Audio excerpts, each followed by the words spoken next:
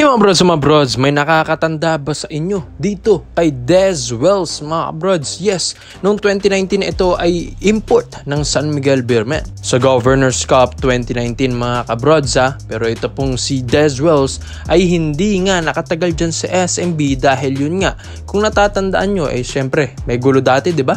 Kina Arwin Santos, Kelly Nabong dun sa practice or ensayo ng Beermen at na-involve dun ito pong si Dez Wells sa suntukan doon. Kaya nga ito ay napalipad agad ng Zhejiang Lions mga kabrods at doon na siya naglaro ng season 2019 to 2020 sa CBA mga kabrods. Pero ito na nga, habang itong si Dez Wells ay wala pang offer ngayong 2024 kung saan ang huling pinaglaruan neto sa Hapoel Tel Aviv sa Israel mga kabrods ay 2023 pa yan yung huling laro dyan neto po ni Dez Wells at ngayong 2024 wala pa siyang pinaglalaruan mga brods. Kaya ay ayon yan sa ating mga research at comment nyo lang mga brods kung ako ay nagkamali, correct me if I'm wrong dyan sa comment section sa ibaba kung meron ba talaga siyang present or recent na kupunan na pinaglalaroan si Dez Wells ngayon. Pero ayon din sa mga research natin ay wala pa.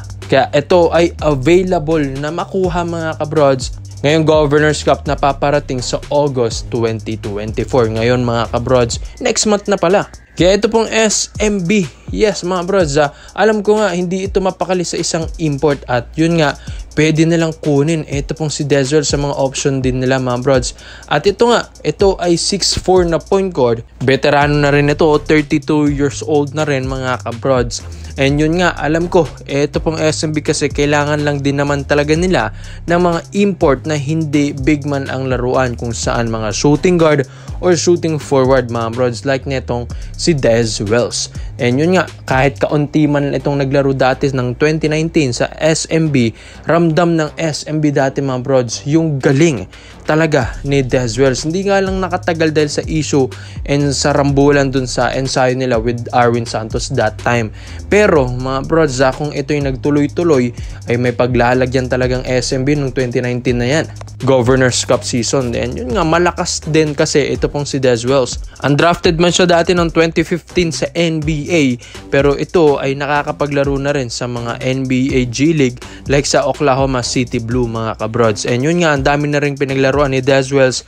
Yung skill set na ito makikita nyo rin naman sa highlights niya ay talagang magaling mga kabrods. May shooting, mabilis sa 6'4", and yun nga, point guard pa. At yun nga, kailangan na kailangan ito ng SMB, lalo na ng SMB. Hindi na big man ang kailangan dahil si Junmar Fajardo fresh pa ito from FIBA OQT. And yun nga, ang galing din ng pinakita ni Junmar dyan.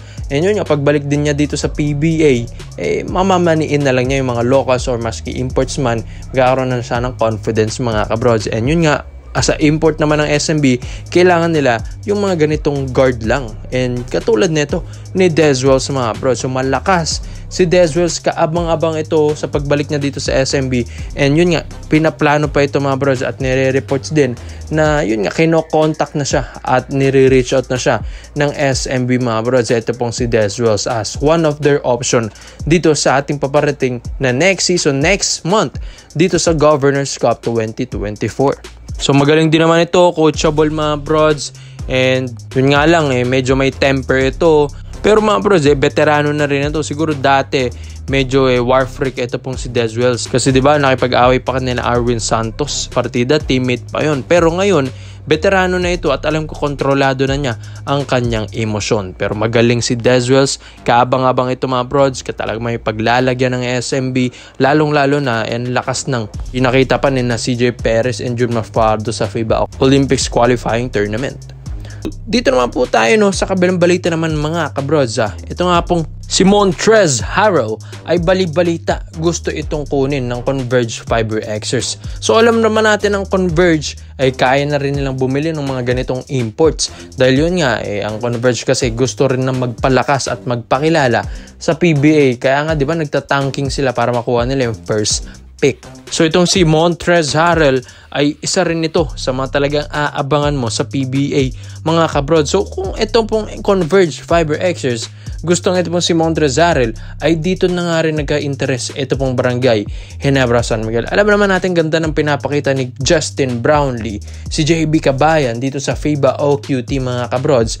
Pero ito ay gagawin ng Ginebra na once siguro at wag naman ay ito pong si Justin Brownlee ay ma-injured man dyan sa FIBA OQT mga kabrods, at wag naman din talaga ay dito nila ipapasok ito pong si Montrezl Harrell mga kabrods. Kumbaga ito ay gagawing reserve import ng Barangay Ginebra. So ito pong si Montrezl Harrell, 6'7" ito ay siguro yung mga nasubaybay dyan na NBA fan ay kilala nyo na. Ito pong si Montrezl Harrell. Mas nakilala ito sa Los Angeles Clippers mga kabrods, at dito siya nagpakitang gilas at talagang consistent na ilalim talaga ito ng Clippers, tapos pumunta ng Lakers taong 2020-2021, tapos na-trade siya Washington Wizards noong 2021 to 2022 season, tapos napunta ng Charlotte Hornets with LaMelo Ball noong 2022, tapos season 2022 to 2023 sa Philadelphia 76ers. So yun na nga ang huling pinaglaruan ni Montrezl Harrell, dahil yun nga nagkakaroon siya ng mga knee injury at ACL injury mga brods, kaya hindi na natin siya nakita ngayong season 2023 to 2024 sa NBA mga brods. Kaya ito pong si Montrezl Harrell ay gusto ring kumuha ng mga offers sa ibang bansa or overseas, lalong-lalo na ito pong Pilipinas na kinokontak pala siya ng Converge Fiber Xers. Pero hindi lang din naman alam ng Converge na gusto rin pala ito ng Ginebra, at yun nga pag naunahan sila ay ito yung kukuning import ng Ginebra if ever man talaga na magkaroon ng iniinda dyan si Brownlee sa OQT. So si Montrezl Harrell mga brods, malakas talaga na power forward ito. So kitang kita mo rin naman sa mga highlights na pinapakita natin dyan kung gaano kaganda or kagaling na NBA player ito pong si Montrezl Harrell, at makikita nyo kung bakit hanggang ngayon ay tumatagal pa rin siya sa NBA mga brods. Siya ay 30 years old na mga kabrods. May shooting, napakagandang footwork sa ilalim, tapos napakatigas tumaktak talaga. At yun nga sa mga alley-oop plays ni Montrezl Harrell ay yan ang isa sa mga specialty niya.